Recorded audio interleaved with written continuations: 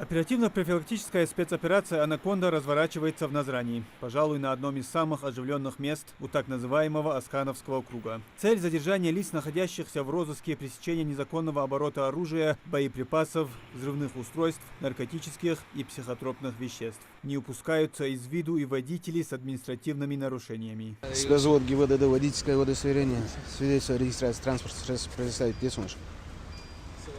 Ва алейкум салам.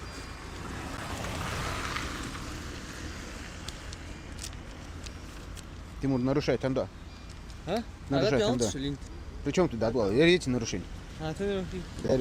Сотрудники полиции в рамках операции «Анаконда» вправе останавливать авто и устанавливать граждан по документам, осуществляя сверку полученных данных с базой разыскиваемых лиц или имущества.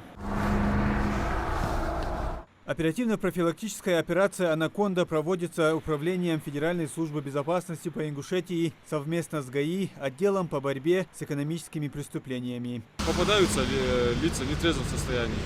В нетрезвом состоянии лица тоже попадаются.